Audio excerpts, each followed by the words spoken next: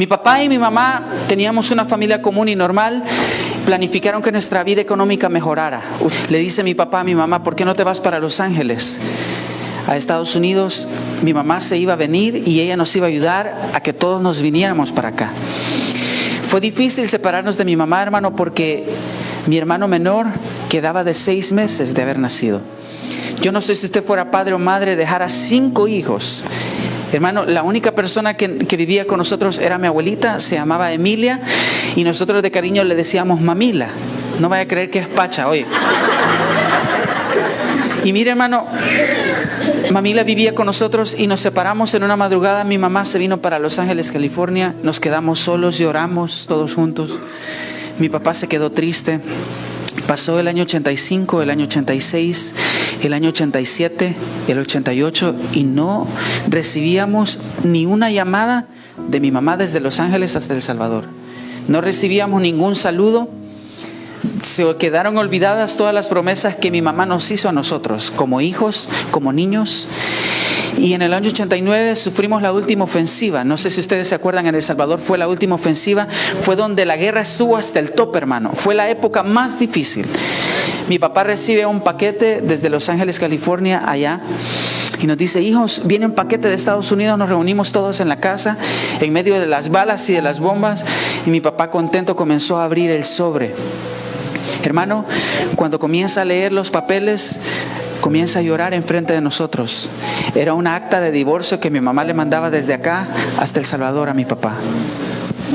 Fue un golpe tan duro en el corazón de mi papá. Fue la primera vez a los 8 años que yo escuché y entendí qué significa la palabra divorcio.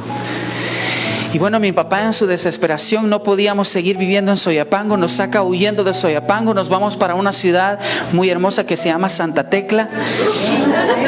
Y llegamos a Santa Tecla, no se podía estar ahí tampoco, hermano, había balas, bombas, muertos por todos lados. Y mi papá en su desesperación nos dice, hijos, no podemos estar acá, tenemos que irnos. Nos sube en un bus y nos lleva para Guatemala. Dios bendiga la tierra de Guatemala. ¿Cuántos dicen amén? Llegamos a Guatemala, hermano, no podíamos quedarnos ahí, no andábamos papeles, no andábamos documentos, no había ropa para nosotros, no andábamos nada. Salimos sin nada de la casa. Mi abuelita de 72 años de edad, mi papá y nosotros 5. Estábamos en Guatemala y mi papá nos dice, no nos podemos quedar acá, tenemos que seguir. Cruzamos la frontera hacia México. Veníamos ilegales buscando llegar a Estados Unidos, hermano. Llegando a México, llegamos al Distrito Federal de México. Dios bendiga a México. ¿Cuántos dicen amén? Llegamos a México. Mi papá se va en su desesperación al consulado de Estados Unidos a buscar que nos dieran visa para poder salir de México hacia Estados Unidos en un avión. Llega llorando al cuarto donde nosotros estábamos y nos dice, hijos, tengo una mala noticia. Al único que le dieron visa es a mí. Y a todos ustedes se la negaron. Vamos a hacer algo. Y llorando nos dice, los voy a dejar acá, me voy a ir para Los Ángeles, quédense con Mamila, yo les voy a mandar dinero, voy a pagar coyotes. You know what is coyote? Y mire, hermano, comenzamos a hacer ese plan. Y mi papá se fue. Mire, hermano, si había sido difícil separarme de mi mamá, ahora de mi papá a mis 8 años de edad, hermano, fue un trauma. Y quedarme en un país donde yo no conocía a nadie, no sabíamos a dónde estábamos. Vine mi abuelita en su desesperación, hermano, ¿y a dónde nos vamos? ¿Y para dónde agarramos? Mi abuelita no podía leer ni escribir, hermano. Y sabe, hermano, logramos conseguir un cuartito en un mesón ahí en el DF y comenzamos a dormir y a vivir en piso de tierra. Era un cuartito de 1,5 metros de cuadrado. No teníamos comida, no había dinero y yo en mi desesperación le digo a mi hermano mayor Josué, tenemos que buscar trabajo, tenemos que hacer algo porque necesitamos comer. Fue la primera vez que yo solicité trabajo a los 8 años de edad en México. Fuimos a un mercado y yo agarraba las cajas de tomate, hermano, me las ponía encima, en el lomo, decimos en El Salvador, espalda, y le decía a la señora, déjenos trabajar. Nosotros lo único que queremos es ganar un poquito de dinero. Denos permiso de trabajar. No los podemos dar trabajo. ¿Saben? Lo que vamos a hacer es esto. Vengan todos los días, les vamos a dar la fruta que se está pudriendo. Ustedes le cortan lo que ya no sirve y agarran lo que está bueno y así pueden estar comiendo. Todos los días íbamos a recoger fruta, hermano, con mi hermano Josué. y la llevábamos a la casa, a ese cuartito donde vivíamos. Un día no nos regalaron nada de fruta y una señora nos dice, es que ahora no hay fruta, que se está pudriendo, la tenemos que vender toda. Pero saben, hay una señora que les quiere dar un regalo. Y yo, ¡hey, qué bonito, un regalo! ¡Qué chivo!, decimos en El Salvador. Y fuimos corriendo, hermano, allá a ese mercado, a ese puesto, y esta señora nos dice, fíjense que aquí tengo 7 cajas de aguacate y no las quiero, llévenselas. Y nosotros comenzamos a jalarle, hermano, las 7 cajas de aguacate. Yo hasta el día de hoy, hermano, perdónenme los que andan de verde, pero yo detesto el color verde. Porque pasamos comiendo 3 meses, desayuno, almuerzo y cena, aguacate, hermano. Mire, yo veía verde, comía verde y hacía verde también, hermano. Pero antes de comernos cada pedacito de aguacate, mi abuelita se arrodillaba y nos decía, hijos, no importa, démosle gracias a Dios, porque Dios es fiel. Aunque sea un pedacito de aguacate, pero tenemos algo que comer. Y me decía versículos de la Biblia, me decía, hijo, en la palabra de Dios dice, Jehová es mi pastor y nada me faltará. Y mira, hermano, yo veía una convicción en la vida de mi abuelita que penetró mi corazón. Tuvimos que salir de ese cuartito. Hubo un momento que nos perdimos, no hallábamos para dónde agarrar. Yo tenía el número de teléfono de mi papá y de mi mamá acá en Estados Unidos, y en una emergencia así le llamé. Llegamos a una esquina, recuerdo un teléfono público, y lo agarré y le marqué a mi papá. 3 veces no me contestó, no estaba él. Le marqué a mi mamá y a la primera vez me contestó. Tenía años de no escuchar la voz de mi mamá y le digo, mamá, ¿qué pasó? ¿Quién habla? Elías. Y todavía me dice, ¿y quién Elías? Y yo, mamá, soy su hijo. Mire, mamá, ¿y qué pasó con todas las promesas que usted nos hizo? Con todos los juguetes que usted nos iba a mandar. Mire, necesitamos ayuda. ¿Y a dónde están? Estamos en México. No hay para dónde agarrar. Mire, hermano, yo veía los carros, los edificios, las personas caminando. Yo me sentía en medio de la nada. Mis 4 hermanos sentados en una acera, mi abuelita esperando para ver qué me decían, la llamada. Y me dice mi mamá, hijo, solo 3 cosas te puedo decir. Yo no sé si tu papá ya les explicó que yo no tengo nada que ver con ustedes. Segundo, no puedo ayudarles. Y tercero, no tengo dinero. Y se colgó la llamada, hermano. Mire, hermano, esa vez fue el golpe más duro de mi vida. Yo comencé a temblar con el teléfono. Y yo dije, Señor, ¿cómo es posible que el único amor que se compara a tu amor me está dando la espalda en el momento más triste de mi vida? A mis 8 años de edad, hermano, yo quería que el mundo me tragara. Quería desaparecer. Y recuerdo que la única que le conté fue a mi abuelita. Y le dije, mamila, mi mamá me dijo esto. Ella comenzó a llorar y me dijo, hijo, bien recuerdo su mano arrugada sobre mi cara y me dijo, hijo, no llore, sea macho, me dijo. Le quiero decir unas palabras, me dijo. En la palabra de Dios dice en el Salmo 27:10, aunque tu padre y tu madre te dejaren, con todo Jehová te recogerá. Y esas palabras penetraron mi corazón, hermano, y me llenaron en ese momento tan difícil. No sé cómo, hermano, mi abuelita tenía una gracia de Dios tan inmensa en su vida, en su rostro, en sus palabras. Y cada vez que ella me hablaba, sentía que era el mismo Dios hablando a mi corazón. Dios estaba ahí con nosotros a pesar de todo lo que estaba en contra de nosotros. Mi abuelita conoció a gente que venía para los Estados Unidos. Y mire, hermano, no sé cómo, no me pregunte cómo, no me pregunte cuánto, nos separaron a todos y logramos cruzar la frontera. Nos tardamos 6 meses de viajar desde México hasta los Estados Unidos. No quiero preguntar cuántos se han echado ese viaje porque mejor que le quede en su conciencia. Pero si para un adulto es difícil, imagínese para niños que vienen cruzando la frontera. Muchas gracias, hermano, le agradezco. Hermano, logramos cruzar la frontera de México con Estados Unidos. Y llegamos a Los Ángeles. Unos de nosotros pasamos por el río, el famoso río. Otros de nosotros pasamos por un desierto. Yo no debería de estar aquí, hermano.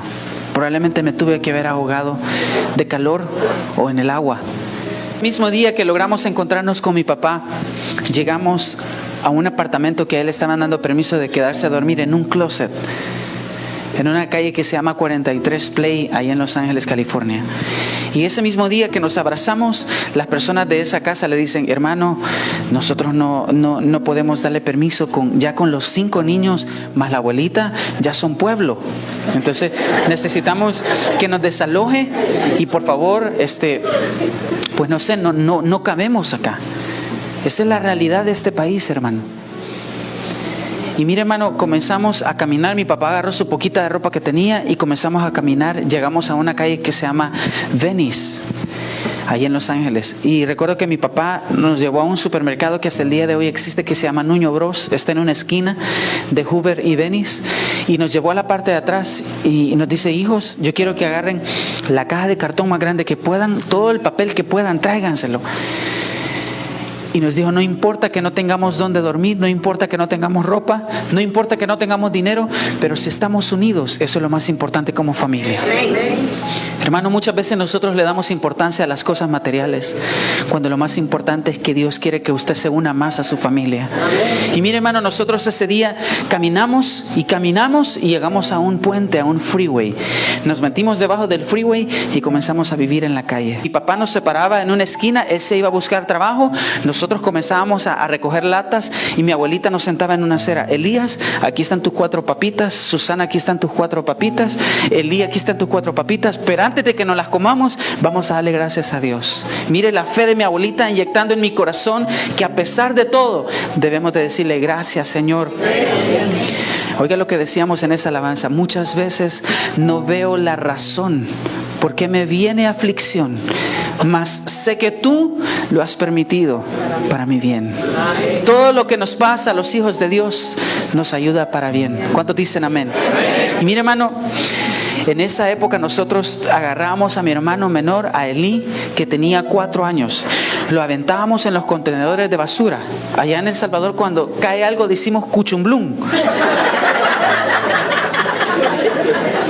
Y mi hermano lo aventábamos y caía dentro del basurero. Y mi hermano, yo le decía: Elí, si encontrás un pedazo de pan, de pollo o de pizza, probalo. Si está ácido, no lo aventes. Pero si sirve, lo vamos a compartir todo acá. Él empezaba a romper las bolsas, a tirarnos las latas. Y sabe, hermano, Elí era un gran malo, que todo, Elí, ¿qué encontraste? Y se estaba comiendo todo adentro del basurero, hermano.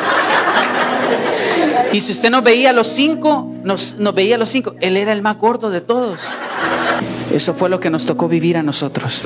Hermano, de tanto andar caminando en las calles, un día andábamos en una calle que se llama Alvarado.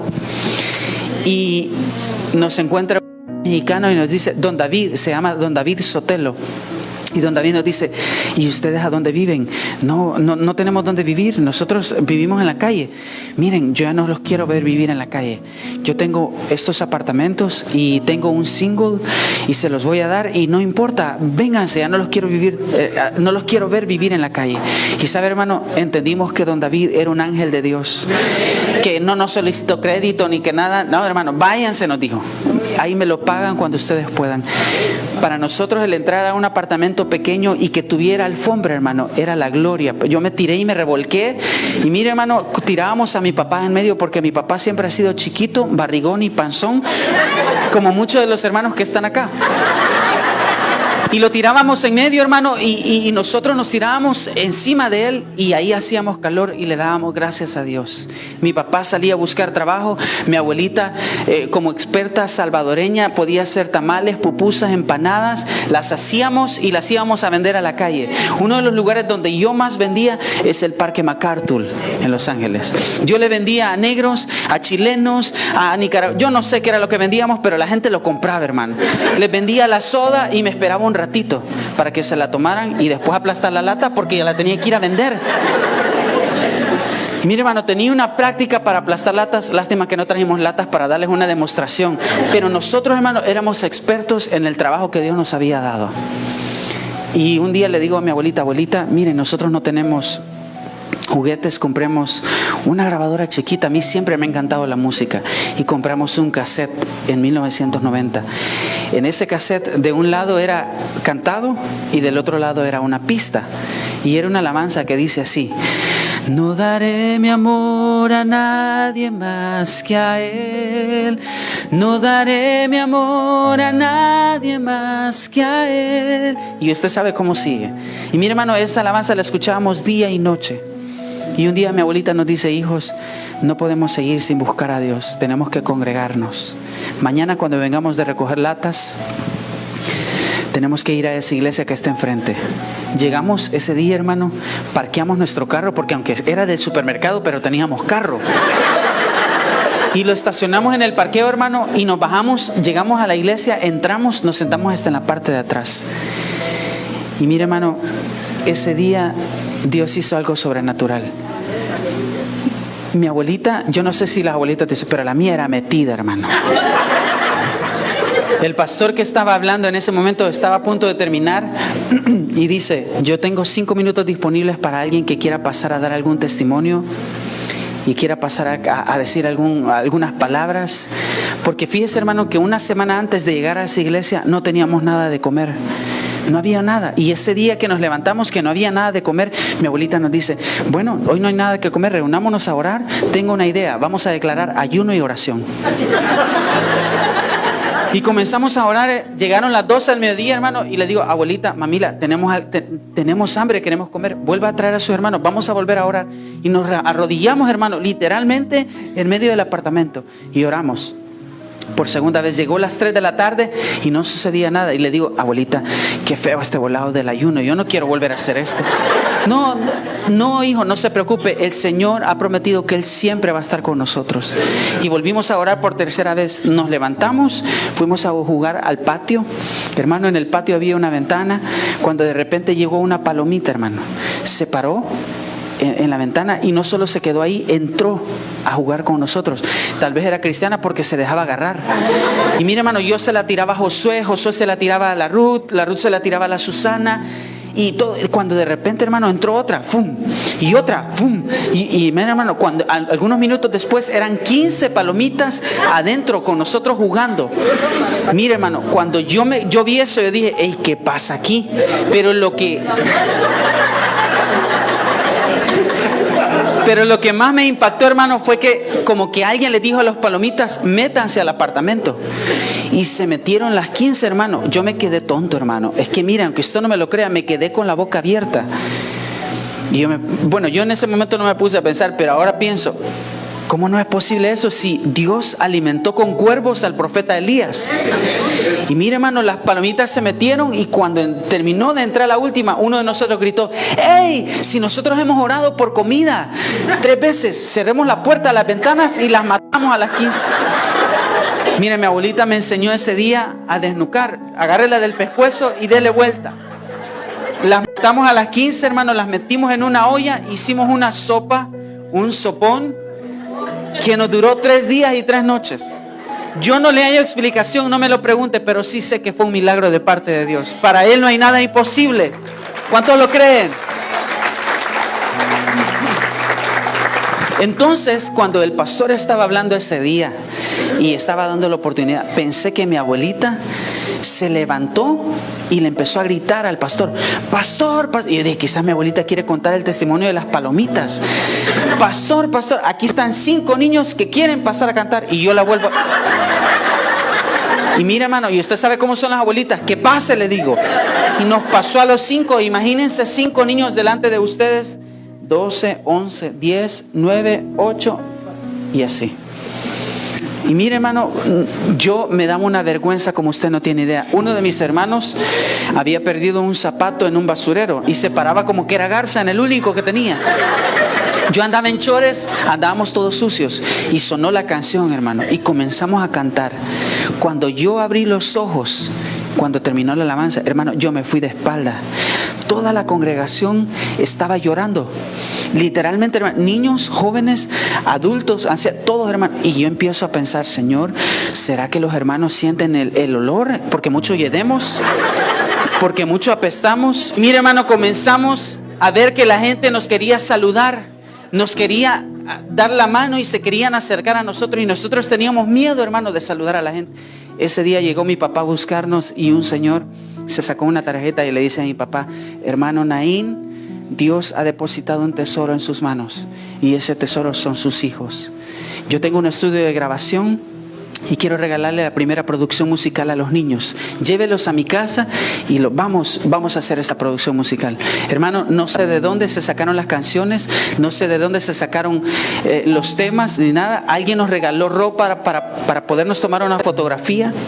Y sabe, hermano, grabamos esta producción que se llamó Cantaré al Señor por siempre en 1990. Y esta persona nos regaló 300 copias para poderlas vender. Llegamos otra vez a la misma iglesia y ese día se vendieron las 300 copias a $8 cada uno.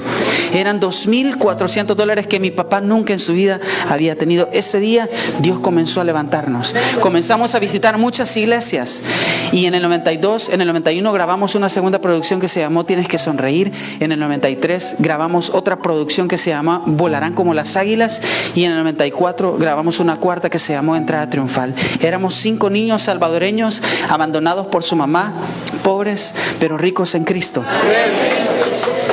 Si le va a aplaudir, apláudale con todo su corazón. Y Dios comenzó a cambiar nuestra vida. Nos cambió de apartamento, Dios nos regaló un vehículo, era una van del año 72. Yo recuerdo que cuando estaba pequeño, alguien nos llegaba a dar clases de escuela dominical a la casa. Y era una hermana que se llama hermana Betty. La hermana Betty, ella nos enseñó de la palabra de Dios. Y ella había perdido a su esposo en la guerra. Recuerdo que durante estos 5 años que estuvimos acá en Estados Unidos, la única persona que nos escribía cartas era la hermana Betty. Y donde íbamos a las iglesias, hermano, yo veía que las hermanas solteras se le acercaban a mi papá. Y un día le decíamos a mi papá: papá, a nosotros no nos gusta que la gente se te acerque. Y aquí tenemos un problema. Nosotros ya entendimos que mi mamá no va a regresar, que mi mamá no nos quiere, pero sí queremos tener una mamá. Vos necesitas una esposa. Y ya tenemos la solución para esto. O es la hermana Betty que está en El Salvador, o no es nadie. Hicimos que se comenzaran a escribir por correo cartas, y en 1995 mi papá toma la decisión de llevarnos de regreso a El Salvador. Llegamos a El Salvador y adivine quién era la única persona que nos estaba esperando. La hermana Betty. Ese día nosotros le dijimos: hermana Betty, ¿cree que usted nos puede adoptar? Y adivine qué dijo. Dijo que sí. Tengo 18 años de tener a la mejor mamá del mundo. ¿Se acuerdan en esa primera iglesia donde canté todo piojoso? Aunque andaba así, todo sucio, yo sabía que había niñas que me admiraban. Y sabe, hermano, en esa iglesia conocí a una niña que se llama Emilia, igual a mi abuelita. Se llama Emilia y nos hicimos amigos de escuela dominical. Yo era 3 años mayor que ella y en el 95 perdimos comunicación. El Señor me había regalado el ministerio de pastorear y andar cantando. Andaba haciendo una gira en Centroamérica y llego a mi casa y me voy dando cuenta que en un mensaje en mi computadora me pusieron un mensaje. Era esta persona, esta niña que se llamaba Emilia Chávez. Y me empieza a escribir: Elías, no lo puedo creer que te he vuelto a encontrar. No lo puedo creer que seguís cantando y seguís sirviéndole a Dios. Y me empieza a contar su testimonio, hermano. Y esta niña se había convertido en una sierva de Dios. Se había convertido en misionera. Había estado predicando la palabra de Dios en las selvas de Sudamérica, en Perú. Y de repente ella es de padres salvadoreños. Y le digo: ¿no te gustaría venir a hacer misiones a El Salvador conmigo? Tú predicas y yo canto, o viceversa. Y ella no lo dudó, hermano. Se fue para El Salvador. El mismo día que ella llegó, yo no creía en el matrimonio. Me costaba entender que yo me tenía que casar, porque yo tenía miedo de fracasar por los mismos traumas emocionales que yo había vivido con mi mamá. Pero ese mismo día, cuando llegó Emilia a El Salvador, cuando yo la vi cruzar la puerta del aeropuerto, Dios me dijo: Elías, vos que no te querías casar, vos que no creías en el matrimonio, ahí está tu esposa, ella es. Hermano, anduvimos solo 2 meses y medio y Dios nos unió y nos casamos. Quiero presentarles a mi esposa. Tenemos 2 años de estar casados. Hoy en la actualidad, mi papá, la hermana Betty, que es mi mamá verdadera, son pastores de una iglesia en El Salvador. Mi hermano Josué, con el que fui a pedir trabajo al mercado en el DF, él es pastor de una iglesia. Elí, al gordo que tirábamos al basurero, él es pastor también. Mi hermana Susana es pastora de jóvenes, es ministro de alabanza con su esposo, y mi hermana Ruth también están en la iglesia. Mi abuelita Mamila, ella falleció hace 3 años. pero está en la presencia de Dios. Y ella un día me dijo antes de morirse: hijo, yo no le dejo carro, no le dejo casa, no le dejo herencia. Lo único que le dejo es la palabra de Dios en su corazón. Y eso ha germinado en mi corazón, hermano. Y ahora estoy aquí para decirle, hermano, que para Dios no hay nada imposible. Aunque tu padre y tu madre te dejaren, con todo Jehová te recogerá para siempre.